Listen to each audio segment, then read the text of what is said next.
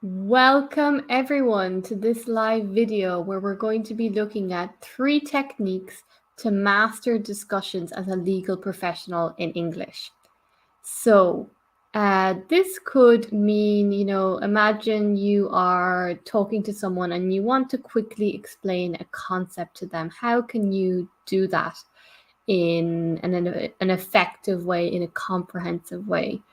You might also be having a discussion with someone where the conversation is going in a direction you don't want it to go, and you want to bring it back to something important or something that you want to say.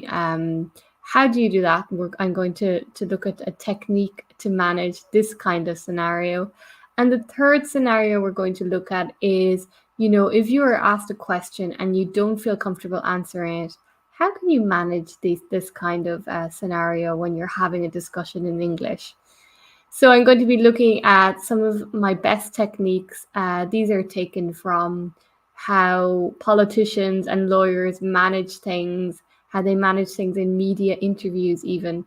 So we'll be looking at that now. And I'm just going to go ahead and share my screen. So let me just get it back to the beginning. And if you have any questions, do put them in the chat. I'd be happy to answer them for you. So here we go. 3 techniques to master English discussions as a legal professional.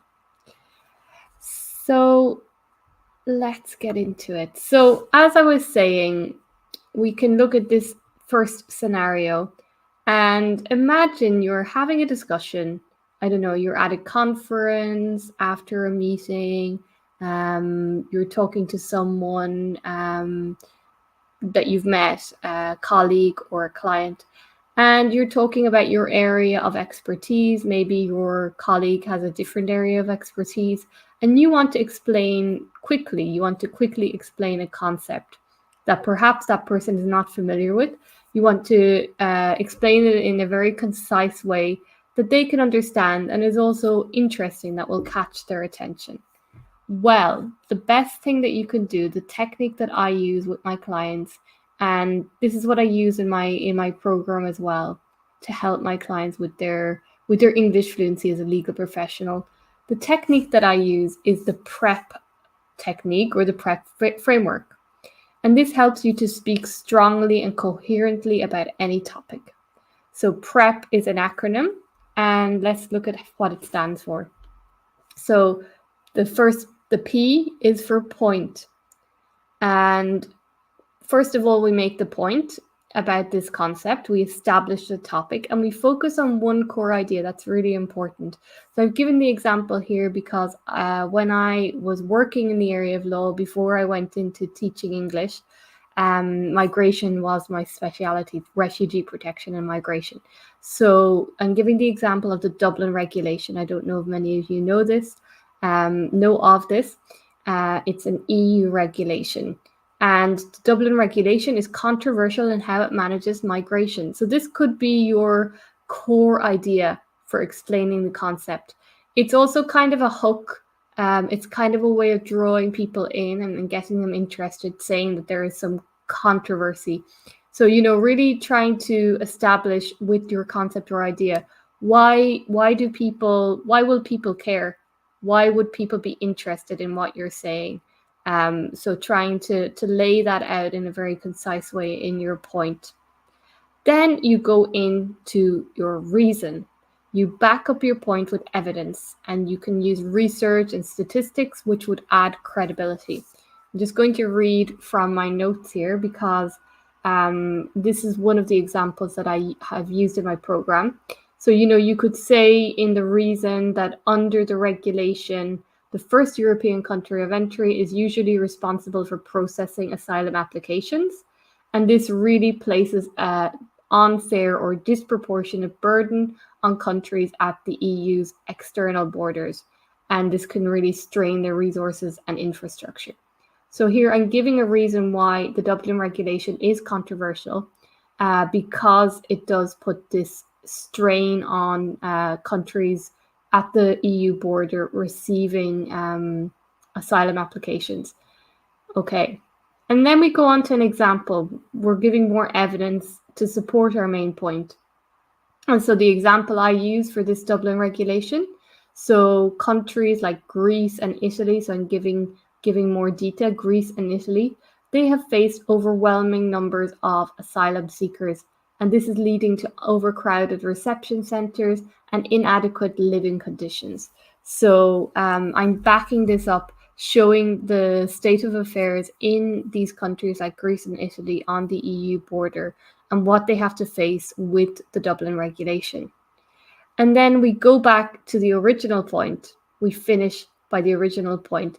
This is a really great way of helping your listener remember the main point and what they can really take away after. We call it a call to action. This is a very marketing term, but by adding a call to action, this will help for your audience to really understand why this is important again. So it is really important to give that, why is it important? Why should they care? What should they do now with this information? Maybe they don't necessarily need to do anything, but it's just interesting to give that. So for this Dublin regulation example, so the regulation is controversial due to this unequal distribution of responsibilities around European countries, with border countries like Greece and Italy taking on more asylum applications than any other country. So that is the summary of the point. It's a very simple framework, but very effective.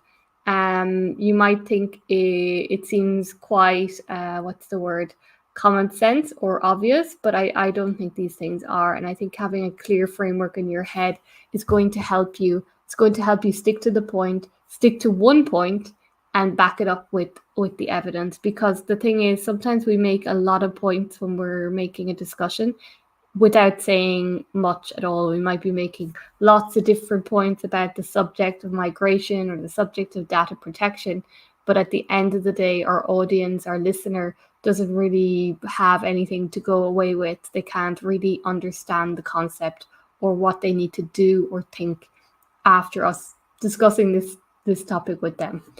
So that is the PREP framework, the first one in our techniques here to manage discussions as a legal professional. Okay, let's go on to the next one. So let's look at this scenario. Imagine you're having a discussion, but you feel that it is going off topic. So you're speaking with one or maybe even two people, and you feel like, we're not sticking to the point, and things are going off topic in a direction you don't really want, and you want to bring things back to the main point and to something that is going to, serve you or be important for you. So what can you do? So these are media techniques, these two strategies that I'm going to share, the two next ones. So this is a media technique that politicians use when they're asked questions or when they want to move the discussion to something that is in their interest to discuss. So let's look at it. So the first one is using flagging phrases. Flagging, like a flag, like the flag of your country. I guess a flag is indicating something, but flagging helps you to emphasize or prioritize what you consider to be the most important points. So let's look at some phrases to help you. So if you only remember one thing today, the most important thing is, and the heart of the matter is.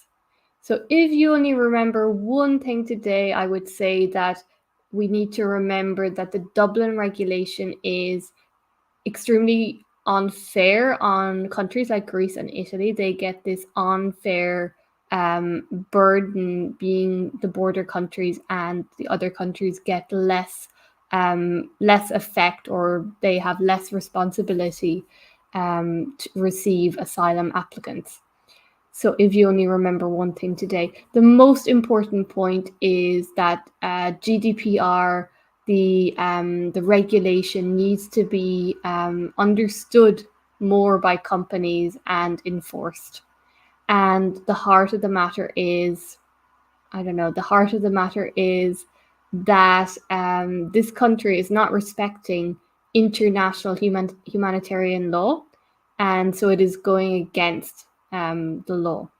So something like that. So these are flagging phrases, and I recommend using this anytime that you feel like the conversation, the discussion is going in a way you don't really want, and you want to bring it back to the main point, or a point that for you is important.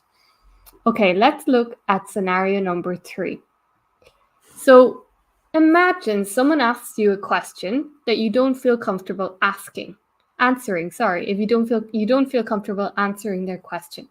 Again, it's a really great media technique that politicians use. They are masters of this on, interviews, on TV and radio.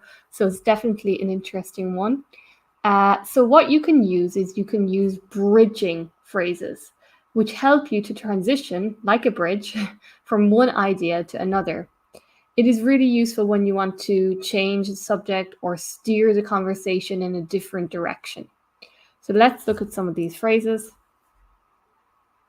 So I cannot speak to, but what I can say is, so I cannot speak to this, the impact of the Dublin regulation. But what I can say is that our country is doing X and Y in terms of managing migration. The second point, while respecting humanitarian law is important, it's also important to remember that. And before we leave this subject, I'd like to add that GDPR has been rolled out in many countries, and it has been very successful so far. Just some examples. So yeah, these ones very useful. Really good to keep in your pocket, in your back pocket, when you want to really change the subject or you don't want to answer the question. It's about, you can be honest. I cannot speak to this, but what I can say is that. So it's very smooth. It's a nice smooth transition, instead of saying I don't know and having this really awkward awkward discussion. So I think these phrases are real lifesavers, not just for non-native English speakers, but I think for everyone to use. I think they're really, really good. I think I'll be referring to them for any high stake discussion I have coming up, or any interview situation. These are really, really good. So that is all. You can go back over this video. And I'm going to link any resources I have on mastering English discussions. I have other videos on YouTube. I do have some free downloads. Any links I'll try to link in the comments. And yeah, thank you for watching today, and I'll talk